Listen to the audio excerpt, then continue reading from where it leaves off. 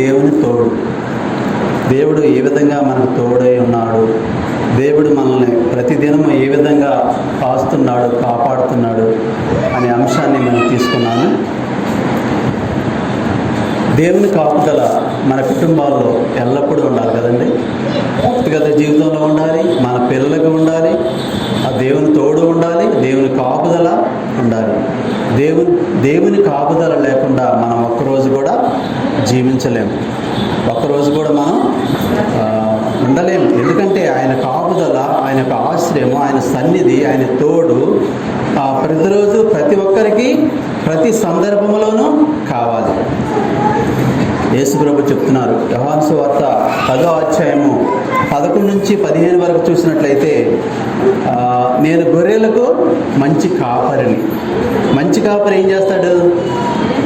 గొర్రెల కొరకు తన ప్రాణాన్ని పెడతాడంట. చూడండి, మరి జీతగాడు ఏం చేస్తాడు? మనం గొర్రెల్ని ఒకళ్ళకి గొప్ప చెప్పామనుకోండి, జీతానికి గొప్ప చెప్పామనుకోండి, అతను సరిగా కాస్తాడా? చూడండి, సరిగా కాయడు, బాధ్యతగా ఉండడు. ఎందుకంటే మన కాపరి ఉన్నాడు చూసారా, మన కాపరి, ప్రధాన కాపరి. ఆయన గొర్రెల కొరకు, అంటే మన కొరకు, గొర్రెలు అంటే విశ్వాసుల కొరకు ప్రాణం పెడతాడు, ప్రాణం పెట్టాడు కదండి. మరి ఇలాగా మరి కాపురులా కాదు, కానీ చూడండి, ఆ కాపరి అయితే తోడేళ్ళు వస్తే గొర్రెలను ఏం చేస్తాడు? వదిలివేసి వెళ్తాడు. ఎందుకంటే తన ప్రాణ భయం చేత, తన ప్రాణాన్ని దక్కించుకోవడానికి ఒప్పజెప్పిన గొర్రెల్ని వదిలిపెట్టి వెళ్ళిపోతాడు. అయితే మన కాపరైతే తన ప్రాణం పెట్టి ఆ గొర్రెలను కాపాడుతాడు. దావీదు కూడా చూడండి, గొర్రెల కాపరిగా ఉన్నప్పుడు ఏం చేశాడండి? ఆ గొర్రెల కొరకు సింహం వచ్చినప్పుడు మరి గొర్రె పిల్లను తీసుకొని వెళ్తున్నప్పుడు ఏం చేస్తాడు? దాన్ని పట్టుకొని సింహము నోరు చీల్చి ఆ గొర్రె పిల్లను కాపాడినట్లు మనం చూస్తున్నాం. చూడండి, ఈ భూలోకములో గొర్రెల కాపరి యేసుప్రభు సాదృశ్యంగా దావీదు ఉన్నాడండి కదా. యేసుప్రభు ఏ విధంగా అయితే మన కొరకు ప్రాణం పెట్టాడో, మరి ఆ గొర్రెల కాపరిగా ఉన్న దావీదు ఆ గొర్రెల కొరకు, గొర్రెలు కాస్తున్నప్పుడు తోడేళ్ళు, సింహాలు వచ్చినప్పుడు ఆ గొర్రెలను తన ప్రాణానికి ఒడ్డి ఆ గొర్రెలను కాపాడినట్లుగా మనం చూస్తున్నాం కదా. మన యేసు ప్రభు కూడా అలాగే, ఆయన మంచి కాపరి, మన కొరకు ప్రాణం పెట్టిన యేసు ప్రభు, మన కొరకు ఉచిత రక్షణాన్ని ఇచ్చిన యేసు ప్రభు. మనం ఆయన కొరకు ఏమిచ్చి రుణం తీర్చుకుంటాం కదా. ఇది ఏ విధంగా అయితే తన ప్రాణాన్ని ఒడ్డి గొర్రె పిల్లలను కాపాడాడో, గొర్రెలను సక్రమైన మార్గంలో నడిపించాడో, యేసు క్రీస్తు కూడా మన కొరకు తన ప్రాణాన్ని పెట్టి మనం సక్రమైన మార్గంలో నడిపిస్తున్నాడు కదా. గొర్రెల కొరకు తన ప్రాణాన్నే పెట్టాడు ఆ నిజమైన కాపరి యేసు ప్రభు కదండి. మరి చూడండి, దావీదు తన గొర్రెలు కాస్తున్నప్పుడు ఎప్పుడు దేవుని స్తుతిస్తూ ఉన్నాడు కదా. ప్రతి క్షణం అడవుల్లో కాస్తున్నప్పుడు, చిన్న వయసు నుండి గొర్రెల కాపరిగా ఉన్నప్పుడు మరి ఎంతో భక్తి శ్రద్ధలతో కదండి. ఆ విధంగా దేవుని మర్చిపోయే వాళ్ళలాగా ఉన్నాడా? దేవుని మర్చిపోవట్లేదు. చూడండి, దావీదు కీర్తనకారుడు రాస్తున్నాడు. దావీదు చూడండి, ఆయన అనుభవం ఏంటి? 23వ అధ్యాయంలో చూసినట్లయితే మనకు తెలుస్తుంది. కీర్తనలో 23:1 నుంచి 6 వరకు చూసినట్లయితే, యెహోవా నా కాపరి, నాకు లేమి కలగదు కదా. పచ్చిగల చోట్ల ఆయన నన్ను పరుండజేయుచున్నాడు, శాంతికరమైన జలముల యొద్ద నన్ను నడిపించుచున్నాడు. చూడండి, యేసు ప్రభువు నా కాపరిగా ఉంటే, అంటే మన కాపరిగా ఉంటే, దావీదు అంటున్నాడు, నా కాపరి నాకు లేమి కలగదు. అలాగే మనం అనుకున్నప్పుడు, యేసు ప్రభు నా కాపరిగా ఉన్నప్పుడు నాకు ఏ లోటు ఉండదు, ఏ లేమి ఉండదు, ఏ కొదువ ఉండదు. ఎందుకంటే ఆయన మన కాపరిగా ఉంటే మనకి ఏ కీడు కూడా జరగదు. మనల్ని రక్షిస్తాడు, సంరక్షిస్తాడు, కాపాడుతాడు. మన కొరకు ప్రాణం పెట్టిన దేవుడు మనల్ని పోషిస్తాడు, మనల్ని సంరక్షిస్తాడు కదండి. అందుకని ఆయన్ని మనం కాపరిగా చేసుకోవాలి కదా. ఆయన కాపరి కింద మనం ఉండాలి, ఆయన ప్రధాన కాపరిగా మనం చేసుకోవాలి. దేవా నన్ను కాపాడు దేవా, నన్ను సంరక్షించుదేవా, నన్ను సురక్షితంగా ఉంచుదేవా, నేను పలానా మార్గానికి వెళుతున్నాను, పలానా చోటకి వెళుతున్నాను, పలానా చోట నుంచి వస్తున్నాను. ప్రతి క్షణము దేవుణ్ణి ఆశ్రయం కోరాలి, దేవుని కాపుదల కోరాలి కదండి. ఇంకా అంటున్నాడు, నా ప్రాణమునకు ఆయన సేద తీర్చుచున్నాడు. ఎందుకంటే చూడండి, కష్టాల్లో నష్టాల్లో దావీదు అనుభవకుండా వెళ్ళినప్పుడు, మరి గొర్రెలు కాస్తున్నప్పుడు, ఎలుగుబంట్లు ఎదురైనప్పుడు, సింహాలు ఎదురైనప్పుడు ఎంతో శ్రమపడ్డాడు కదండి. నా ప్రాణానికి ఆయన సేద తీరుస్తున్నాడు, ఓదారుస్తున్నాడు ప్రాణాన్ని. చూడండి, తన నామాన్ని బట్టి నీతి మార్గంలో నడిపిస్తున్నాడు. ఆయన నామం బలమైన నామం కదా. ఆయన నామాన్ని బట్టి ఏం చేస్తున్నాడు దావీదుకి? నీతి మార్గములు. మార్గాలు ఈ లోకంలో అనేక విధంగా ఉంటాయి కదండి. నీతి మార్గం ఉంటుంది, అన్యాయం మార్గం ఉంటుంది, సాతాను మార్గం ఉంటుంది, దేవుని మార్గం ఉంటుంది. ఆ దేవుని మార్గమే నీతి మార్గము. ఆ నీతి మార్గంలో మనం నడవాలని దేవుడు కోరుచున్నాడు. ఆ విధంగా దావీదు కూడా మరి తన అనుభవపూర్వకంగా ఈ కీర్తన రాస్తున్నాడు. నీతి మార్గములో నన్ను నడిపించుతున్నావు దేవా అని అంటున్నాడు. అలా అంత మాత్రమే కాదండి, గాఢాంధకారపు లోయలో నేను సంచరించను, ఏ అపాయమునకు నేను భయపడను. చూడండి, ఎందుకు భయము? దేవుడు మనకు కాపరిగా ఉన్నప్పుడు మనకు భయం ఉంటుందా? దావీదుకు లేదండి కదా. దావీదుకు భయం ఉంటే సింహాలను నోరు చీల్చేవాడా కదండి. మరి చూడండి ఎంత ధైర్యవంతుడు. ఆ ధైర్యం దేని వల్ల వస్తుంది? యేసు ప్రభుని కలిగి ఉండటం వల్ల, దేవుని కలిగి ఉండటం వల్ల ఆ ధైర్యం వస్తుంది. చూడండి, ఏ అపాయము నాకు భయపడను, ఏ అపాయమునకు నేను భయపడను. నీవు నాకు తోడై ఉందువు, నీ దుడ్డు కర్రయు నీ దండము నన్ను ఆదరించును.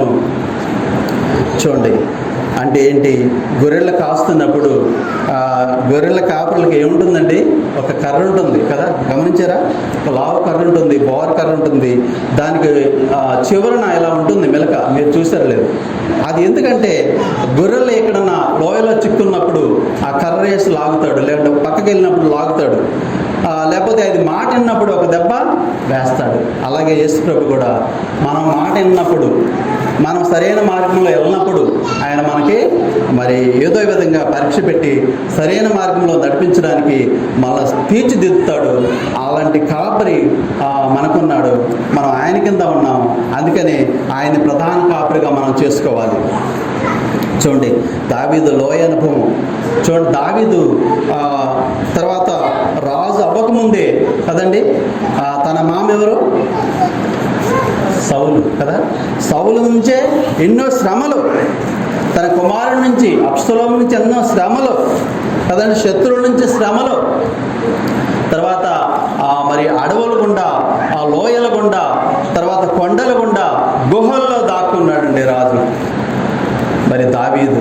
చూడండి, ఎందుకంటే మరి ఆయనకు బలము లేక కాదు, ఆయనకు ధైర్యం లేక కాదు, వాళ్ళు ఎదిరించలేక కాదు. ఒక పక్క కుమారుడు క్షమాపణ కలిగి ఉన్నాడు, ఒక పక్క మరి పిల్లనిచ్చిన మామ రాజు. ఆ రాజు దేవుని చేత అభిషేకించబడినవాడు కదండి. సౌలు రాజును ఎదిరించలేక అభిషేకించిన వాడిని నేను ముట్టుకోను అని చెప్తాడు కదా. చూడండి, ఎన్నిసార్లు దేవుడు అవకాశం ఇచ్చినప్పుడు కూడా అతను ఏమాత్రం కూడా ఏమీ హాని చేయడండి.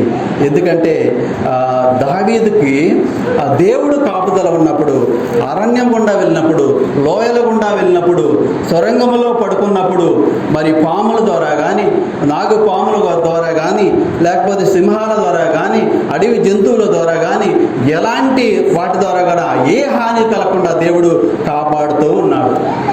ఎందుకంటే దావీదు భయభక్తులు కలిగి ఉన్నవాడు కదండి. దావీదు దేవునికి హృదయానుసారంగా ఉన్నవాడు. దావీదు దేవుని ఎల్లవేళలా స్తుతిస్తూ ఉండేవాడు. దావీదు దేవునికి ఎల్లవేళలా ప్రార్థన చేస్తూ తన మనసులో దేవుని స్తుతిస్తూ ఉండేవాడు. అందుకనే మరి దావీదుకి ఎలాంటి శ్రమ వస్తుందండి?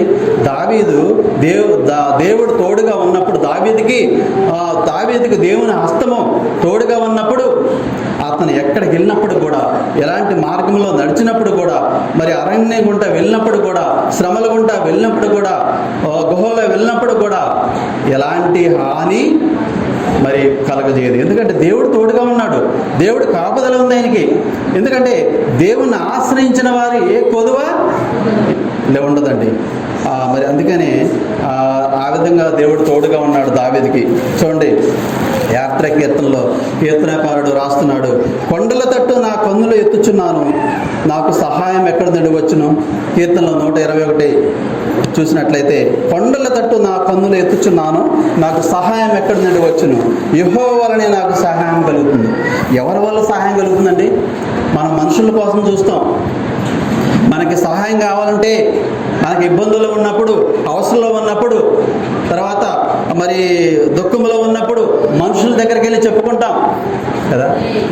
అయితే మరి కొండల తట్టు నా కన్నులు ఎత్తుచున్నాను, నాకు సహాయం ఎక్కడ నుండి వచ్చింది. ఆకాశం వైపు చూస్తున్నాడు, కొండల వైపు చూస్తున్నాడు. అయితే సహాయం ఎక్కడ నుండి వస్తుందంట? యెహోవా వలనే, దేవుని వల్ల సహాయం కలుగుతుంది అని భక్తుడు మాట్లాడుతున్నాడు. చూడండి, ఆయన నీ పాదము త్రొట్టెల నీడు. మనం నడుస్తామండి, మనం నడిచే మార్గంలో మరి గుంటలుంటాయి, రాళ్ళుంటాయి కదా, మరి మెట్టలుంటాయి, పల్లాలుంటాయి.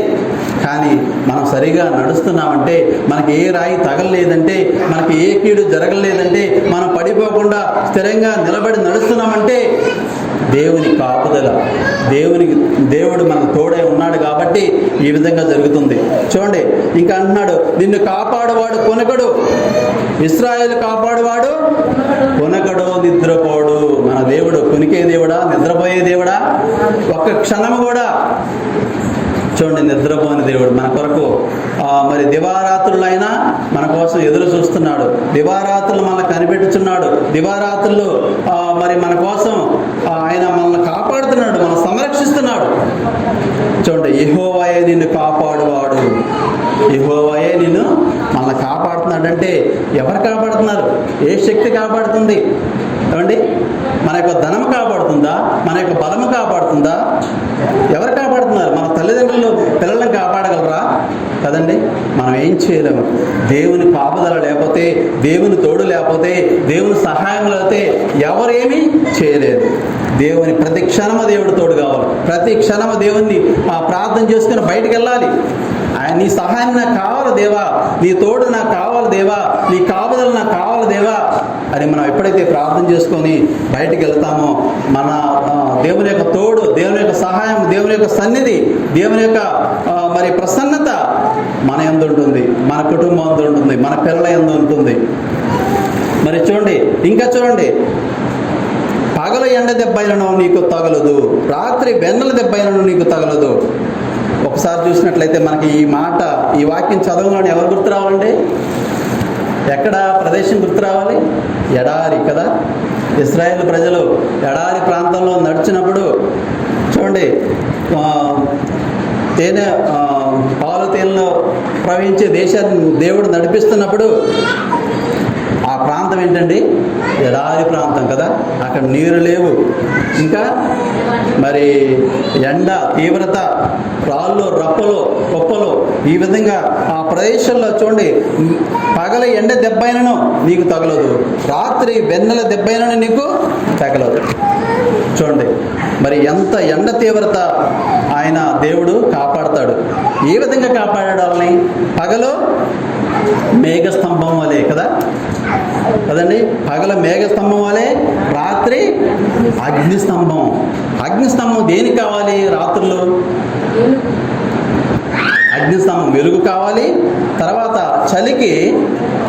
చలిని కూడా నిరోధించడానికి కావాలి. చీకటి నుంచి వెలుగుమయం చేయడానికి అగ్నిస్తంభం కావాలి. అయితే పగలు వెన్నెల దెబ్బంటే మరి ఒక ఉష్ణ శక్తిని, ఉష్ణ వేడిమిని తప్పించుకోవడానికి చల్లని ఒక వాతావరణాన్ని దేవుడు అనుగ్రహించినట్లుగా ఇశ్రాయేలు ప్రజలు మనం చూస్తున్నాం. అయితే చూడండి, ఏ అపాయం రాకుండా యెహోవా నిన్ను కాపాడును, ఆయన నీ ప్రాణమును కాపాడును. చూడండి, మనం అనుకుంటాం ఒక్కోసారి యాక్సిడెంట్ జరిగినప్పుడు ఏదైనా కాళ్ళు చేతులు దెబ్బ తగలవచ్చు కదండి. మరి అవి కొంతకాలాన్ని కట్టుకుంటాయి, కానీ ప్రాణాన్ని కాపాడేది ఎవడో? దేవుడు కదండి. ఆయన మన ప్రాణాన్ని కాపాడుతున్నాడు.